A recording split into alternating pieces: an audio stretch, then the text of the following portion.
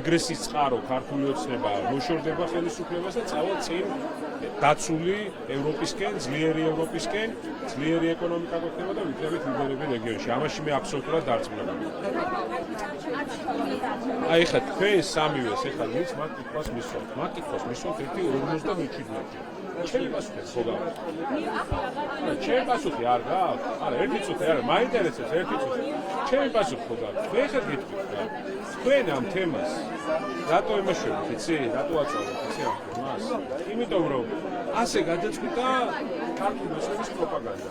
ჩვენ გვაქვს ძალიან კარგი პოზიცია ამასთან დაკავშირებით. კიდევ ერთხელ, როდესაც სანქცირებული ადამიანი არის CSKO-ს თავმჯდომარე. როდესაც CSKO-ს თავმჯდომარის მოადგილე სანქცირებული. როდესაც თვითონ ცენტრალურმა საარჩევნო კომისიამ აღიარა, რომ არჩევნებში მასიურად მოხდა ფარულად დარღვევა. როდესაც სუსი რუსულ ინტერესებს ატარებს ქვეყანაში და პოლიტიკური ძალმომრეობისთვის არის გამოყენებული თავის პოლიციასთან. აბა გეკითხებით, არჩევნები რა არის? არჩევნები როგორ უნდა ჩატარდეს? ასე რომ ანტირობებში ვერანაირი არჩევნები ვერ ჩატარდება. კიდევ ერთხელ ვამბობ, ჩვენ მივიღებთ შემდგომ საერთო ეროვნულ საპარლამენტო არჩევნებში მონაწილეობას, რომელსაც ისინი კი არ ჩაატარებენ, ვინც ახლა მომჯდარი არიან სანქცირებული ადამიანები, არამედ ჩაატარებს დამოუკიდებელი სანდო მიუკერძოებული საარჩევნო კომისია თავისი ადმინისტრაცია.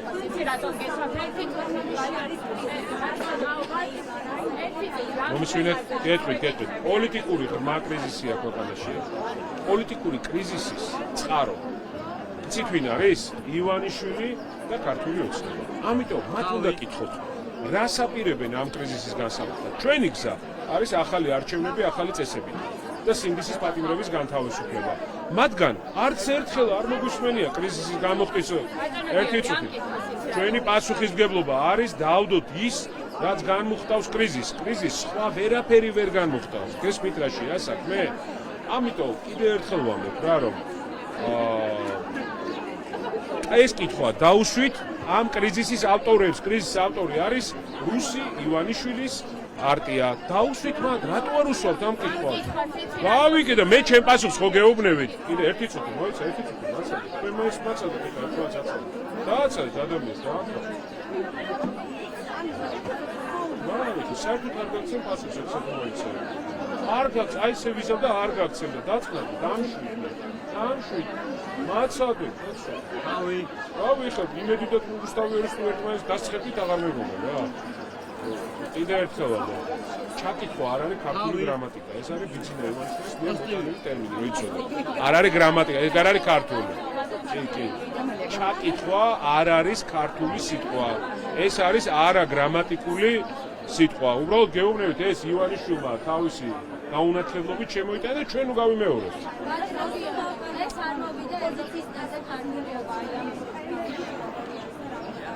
კიდევ ერთხელ ოპოზიციის პასუხისმგებლობა არის ქვეყანას აჩვენოს გზა და გამოსავალი იმ მძიმე პოლიტიკური კრიზისის განმუხტვის, რომელიც გამოიწვია ივანიშვილმა და ქართულმა ოცნებამ, არის ახალი არჩევნები, სინდისის პატიმრების განთავისუფლება და საქართველოს შემოტრიალება ევროპული კურსისკენ.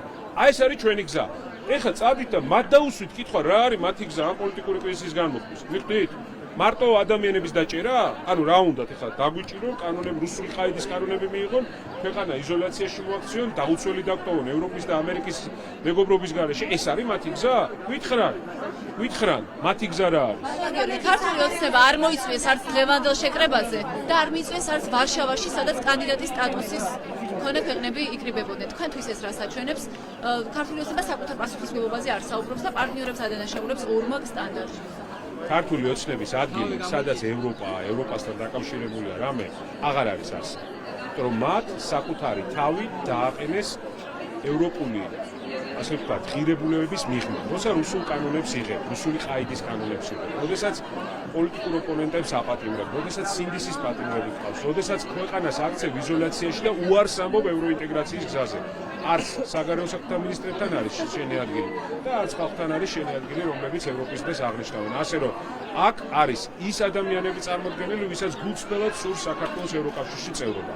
კობახიძეს და ივანიშვილს ეს არ სურს. შესაბამისად, მათი ადგილი არც ვარშავაშია, არც აქ არის და მერწმუნეთ სულ მალე ნახავთ, რომ არც ხელისუფლებაში არ იქნება მათი ადგილი, იმიტომ რომ მალე დამთავრდება. 26 მაისს გიხავთ რა, ფეხი არ დაუცდეთო ირაკლი კობახიძე აფრთხილებს 26 მაისის ღონისძიების ორგანიზატორებს, მათ შორის საომე ზურაბიშვილს, მასთან ერთად ოპოზიციას, ფეხი არ დაუცდეთ. ეს არის ირაკლი ღარიბაშვილს ირაკლი კობახიძეს ვეთქვი რა. ნუ იჭაჭები ტელევიზიის მიღმა ამოფარებული ზურგს უკან პოლიციელებს და იმ მოროდიევრებს უпроსწორად ვინც ხალხს არბევს. გამოდი და ხალხს დაელაპარაკე 26 მაისს უმაგარეთ. 26 მაისი უნდა იყოს გამაერთიანებელი დღე. მე მის ადგილზე ერთიანობისკენ მოუწოდებდი საზოგადოებას, სინდისის პატიმრებს გამოუშვებდი, უარს ვიტყოდი რუსული ყაიდის კანონების მიღებაზე, ვიტყოდი რომ ვიწყებთ სწრაფად ევროკავშირში ინტეგრაციას, ხელს ჩამოვართმევდი ევროპელ ლიდერებს, იმას კი რაღაცა ბინძური სიტყვებით კი არ მოიხსენიებდი პარტნიორებს, ვეტყოდი რომ მეგობრობა მინდა. ეს ადამიანი რა შვება კი, არა მარტო ჩვენ გვხლებს და გვაპირისპირებს, არამედ ტოვებს დაუცველს ძლიერი ევროპის და ძლიერი ამერიკის გარეშე. ამაშია ჩვენსა და მას შორის ყოფა. ერთხელ მაინც შეიგნე, რომ შენ თავსო პრემიერს უწოდებ, ცოტა სხვა პასუხისგებლობა გაქვს. ხო, რა თქმა უნდა, ეს არის მუქარო ვის უნდა დაემუქრონ ესენი, ვის უნდა და ვის ეშინია, მათი არავის არ ეშინია. უბრალოდ ეს არის გაკოტა, როგორ გითხრათ, ასე ვთქვათ, ძალიან დაბალი დონის ადამიანების საუბარი. პრემიერი თუ შენ თავს პრემიერად თვლი, თუ შენ თავს ქვეყნის პირველ თვლი, ამ ლექსიკით არ უნდა საუბრობდეს. ის უნდა იყოს ყოველთვის გამაერთიანებელი და არა გამხლეჭი, როგორც არის კობახიძე და ივანიშვილი.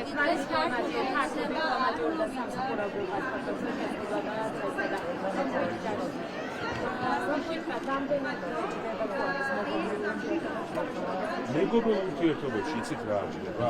როგორც კობახიძე მოიხსენიებს მეგობრულ ურთიერთობებში არჩდება, როგორც კობახიძე და მისი ეს კლოუნები პარლამენტში მოიხსენიებენ ჩვენს ემატო პარტნიორებს. როდესაც მეგობრულ ურთიერთობაში არჩდება, როდესაც შენს მეგობრებს ეუბნები, რომ თურმე შენი განადგურება არის.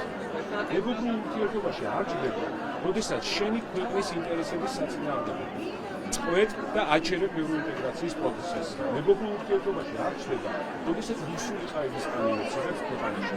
და შესაბამისად, როცა ამ ყველაფერს აკეთებ, საპასუხო ნაბიჯები ყოველთვის იქნება ადეკვატური. ხალხი იმ შუაშია, ხალხი რა შეიძლება. ხალხი დიპლომატიური პასპორტებით რატო იჯებს? კი, ვინა ხალხია, კობახიძე ხალხია, კობახიძე ყველაფერია ხალხის გარდა. ქართულებს კი ბატონო, კიდევ ერთხელ გეუბნები. სამსახურებული მოვალეობა ჩვენი ახლა არის დაუცვათ საქართველოს ეროვნული ინტერესები და რა შეიძლება მალე რეგრესის წყარო ქართული ოცნების სახით, რომელმაც გაწყრიტა და მარტო ყოველს დაუცველს ევროპის და ამერიკის გარეშე მოვაშოროთ ხელისუფლება. ეს არის ჩვენი სამსახურებული მოვალეობა.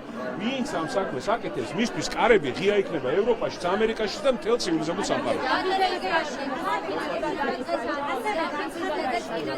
ვინ ხალხი, ვინ ყოველ ვერ ას ფიქრობთ, ესე იგი რომ ეს ვიწრო ერთი წუთი, ეს ვიწრო დაჯგუფება ქართული ოცნების სახით და ხალხი არის სხვადასხვა, ხო, ნუ იმასიზე, ხალხს ჩვენ დავიცავთ.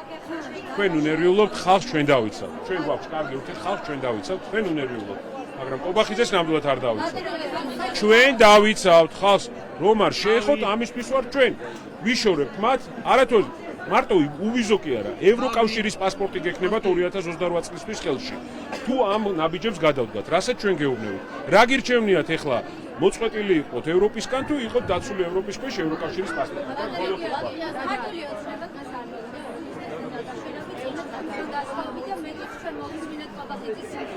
რომ რაღაც საბჭოური მიდგომაა ევროკავშირის ევროჩის მხრიდან ის რომ მოსაწვევი მათ არ გაუსწავლეს პირადად.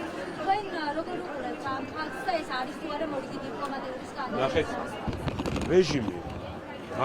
რეჟიმი, რომელიც იღებს რუსული ყაიდის კანონებს, ციხეში ყავს სინდისის პატრიოტები, უარს ამბობს ევროინტეგრაციაზე, მტრად აცხადებს სრულიად ევროპას და ამერიკის შეერთებულ შტატებს. რა ესახება მას ევროპის პრეზიდენტი? გეკითხებით, კითხვა დავსვათ. მე რა მოსაწვევი კი არ მივიღე. მივდიხი და მოვედი. რაც მინდა ევროპის დღეზე მოსაწვევი ხალხო. ევროპის დღე ჩემი დღეა. მოსაწვევი რა შემჭირდება? ავდექი და მოვედი. არაფერი მოსაწვევი მე არ მიმიღია. რატო თვითონ ვერ მოვიდნენ? იმიტომ რომ მოსასვლელი არ აქვს. ხალხში ვერ დადიან, აი ესე ვერ გაევლიან, თორე აქ რო გამოიარონ ახლა ევროპის დღეზე, საოცრებად აემართებათ. მარტო შეუძლიათ შენობებში გამოიკეტონ იმის რა ქვია, პოლიციის ალყის უკან. ეგ არის და ეგ. ალბანეთში წავალო, სადაც ევროპის პოლიტიკური სამიტი იმართება 16 მაისს. მივიღეო რამდენად შესაბამებას გასაგებია.